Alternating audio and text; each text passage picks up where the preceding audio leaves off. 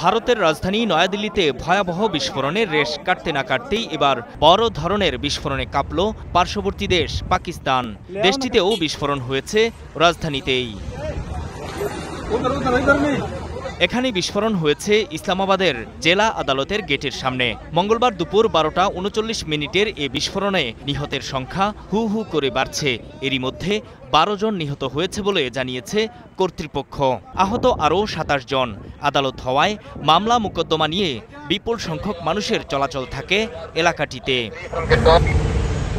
বিস্ফোরণের পরই আইনশৃঙ্খলা বাহিনী এলাকাটিতে চলাচল বন্ধ করে দেয়। এরপর একের পর এক আসতে থাকে অ্যাম্বুলেন্স। যে আদালত চত্বরে বিস্ফোরণ হয়েছে সেই আদালতেরই আইনজীবী রুস্তম মালিক প্রত্যক্ষদর্শী এই ব্যক্তি জানান, তিনি নিজের ব্যবহৃত গাড়ি রেখে আদালত ভবনে প্রবেশ করার কিছুক্ষণ পরই ঘটে বিস্ফোরণ। আমরা আমাদের গাড়ি পার্ক করে আদালতে ঢোকার 30 থেকে 35 মিনিট পর বিকট শব্দে বিস্ফোরণ হলো। এটা ছিল বিরাট বিস্ফোরণ। সর্বত্র আগুন জ্বলছিল, শরীরের বিভিন্ন অংশ ছড়িয়ে ছিটিয়ে ছিল। আতঙ্কিত মানুষ দৌড়াচ্ছিল। তারপর পুলিশ ও নিরাপত্তা কর্মীরা এসে পৌঁছালেন। মনে হচ্ছিল যেন বোমা বিস্ফোরণ। এদিকে পুলিশ বলছে বিস্ফোরণটি আসলে কোন ধরনের ছিল তা এখনই বলা যাচ্ছে না। ফরেনসিক টিম কাজ করছে, তাদের রিপোর্টের ভিত্তিতেই পরিষ্কার হবে হামলার ধরন।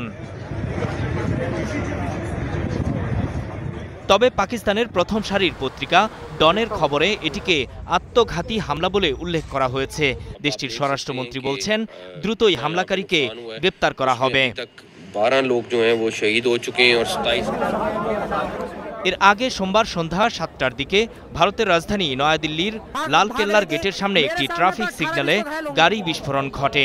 নিহত হয় 13 জন, আহত 20 জনের বেশি। ক্ষতিগ্রস্ত হয়েছে আরও 22টি গাড়ি। ভারতীয় গণমাধ্যম এনডিটিভির খবরে বলা হয়, এটি সন্ত্রাসী হামলা ছিল, এখনই তা বলছে না সরকার। তবে গাড়ির সিলিন্ডার বিস্ফোরণ কিংবা সন্ত্রাসী হামলা, এই দুটি বিষয়কে সামনে রেখে তদন্ত কাজ এগিয়ে নিচ্ছেন নিরাপত্তা সংশ্লিষ্টরা।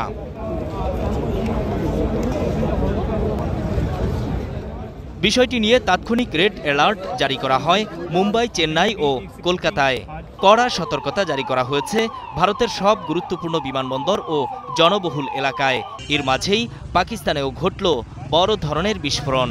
যদিও পাকিস্তানে এ ধরনের বিস্ফোরণ নতুন নয়।